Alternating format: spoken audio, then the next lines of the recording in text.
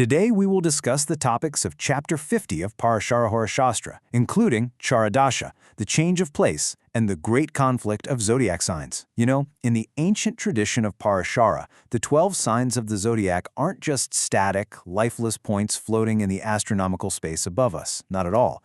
Instead, they represent a highly active, totally dynamic theater of destiny. These are actual forces in constant motion, continuously pushing the narrative of our lives forward. The mathematical frameworks hidden within this text, they aren't just abstract calculations. We're looking at the literal mechanics of human destiny, mapping out the precise, exact moments our lives expand, contract, and fundamentally transition. To get a full picture of this, we'll first explore Charadasha and the zodiac conflict. Second, we'll learn exactly how to calculate these time periods. Third, we'll break down verse 8 regarding planetary influences, followed by verse 9, which unlocks the deep secrets of the 5th and 9th houses. And finally, we'll tie it all together with practical astrological application for the modern world. All right, part 1, Charadasha and zodiac conflict. Let's really understand this concept of the change of place. Think of the cosmic wheel as a continuous, extremely active theater of the sky. In the structural philosophy of Vedic astrology, the zodiac signs don't just sit there. They dynamically interact, they fiercely compete for dominance, and they actually trigger the events of our destiny based on their inherent elemental natures. It's a great cosmic struggle, mapping out our timeline. You have fire signs clashing with water signs, cardinal forces pushing against fixed forces, and it is through this constant celestial friction that the physical realities of our earthly existence are manifested. This great struggle, it's exactly what initiates every profound transition, every sudden relocation, and every unexpected shift in your life's trajectory.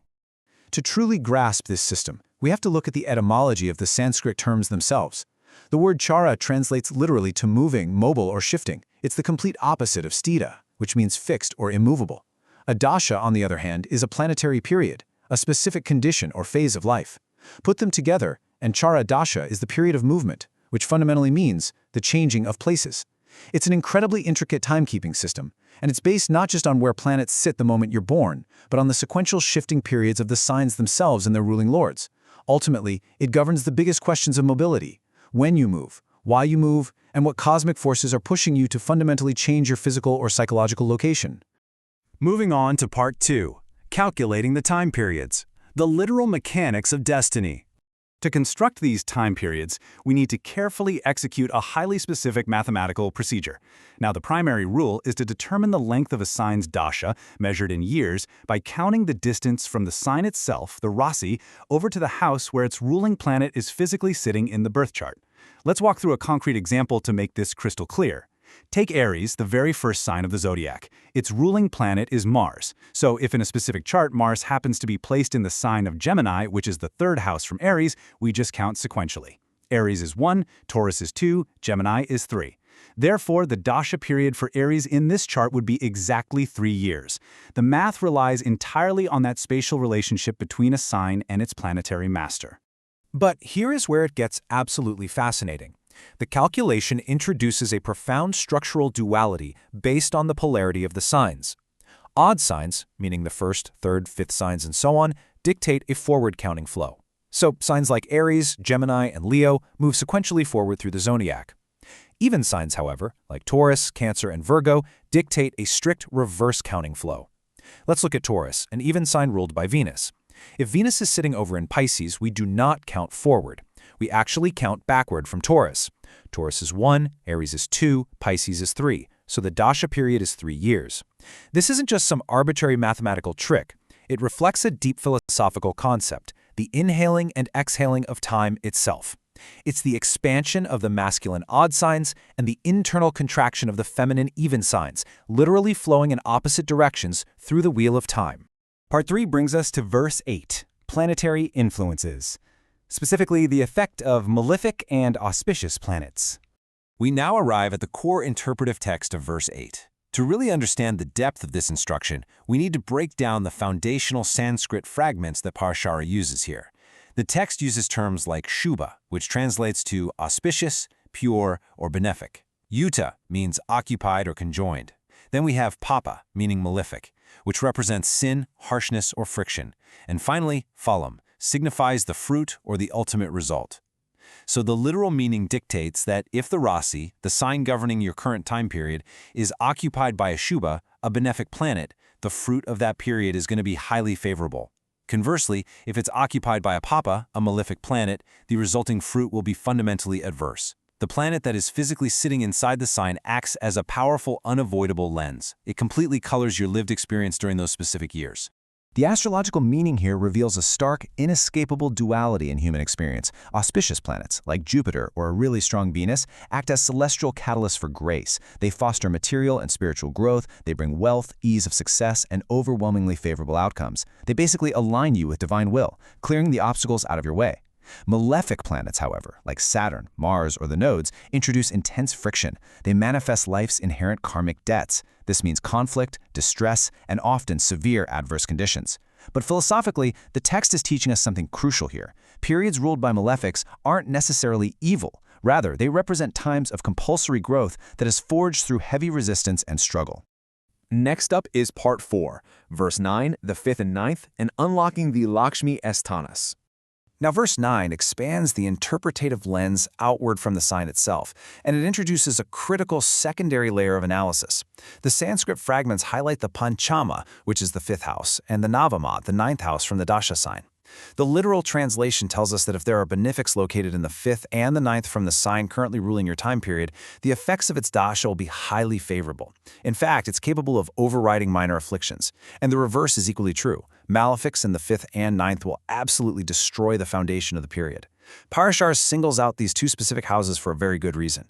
They form the trikona, the trine, which geometrically and philosophically represents the absolute bedrock of a person's fortune and karmic merit. To visualize the profound mechanics of verse 9, just imagine the structure of the traditional North Indian diamond chart. This geometric layout perfectly illustrates why these houses are so vital. The ascendant, or the focal point of the dasha, sits at the very top in the central diamond. Now, moving counterclockwise, the 5th house is anchored perfectly in the bottom left triangle. Continuing counterclockwise, the 9th house is anchored right there in the bottom right triangle. Together, these two triangular houses form a massive, incredibly stable foundation that visually and structurally holds up the ascendant at the top. If that geometric foundation is occupied by benefic planets, the structure of your life during that dasha is unshakable. If it's occupied by malefics, the structural integrity collapses. In the astrological tradition, the 5th and 9th houses are revered as the Lakshmi Sthanas, the sacred houses of the goddess of wealth. But listen, this wealth is far more than just currency. Astrologically, the 5th house governs progeny, intelligence, and creative power. Philosophically, it grants something called Brahma Varjas. This is a highly specific Sanskrit term signifying divine radiance. It's the luminous glow of deep spiritual intelligence and the immense creative fire of the cosmos. Meanwhile, the 9th house governs worldly fortune, higher education, and religion. Philosophically, it represents Dharma, the accumulation of immense spiritual merit from past lives. So when benefic planets activate these Lakshmi Sthanas during a Chara Dasha, they don't just provide comfort, they elevate the individual to a state of profound divine splendor, literally creating historical personages of immense spiritual magnitude. Finally, Part 5, Practical Astrological Application. Let's look at Chara Dasha in the modern world. So, how does ancient Sanskrit mathematics manifest in our current reality? The change of place dictated by Chara Dasha translates directly into the modern phenomena of massive career relocations and global migrations. Think about a modern professional entering the dasha of an even sign. If that sign is occupied by a fierce malefic, it might introduce severe workplace friction or even a sudden job loss. However, if simultaneously a powerful benefic is sitting in the 9th house, the house of foreign lands and fortune, that initial, painful friction becomes the exact catalyst for a highly lucrative international relocation. The ancient rules of verse 8 and 9 combine to trigger sudden wealth, unexpected financial struggle, and profound transitions in personal identity. A malefic in the 9th might spark a severe crisis of faith, while a benefic might lead to a complete spiritual awakening. The math maps out the precise timeline of these modern existential events. We've deconstructed the meticulous forward and reverse mathematical calculations. We've analyzed the profound Sanskrit texts detailing the exact impacts of malefic and auspicious planets, and we've unlocked the structural secrets of the 5th and 9th houses. Which leaves us with a final, truly awe-inspiring thought. If your sudden geographic relocations, your periods of intense financial friction, and your absolute deepest spiritual evolutions are precisely mapped out by this ancient cosmic clock, how will understanding the mechanics of your next Charadasha change the way you navigate the universe? Because when you know the architecture of time, you hold the ultimate map to your destiny.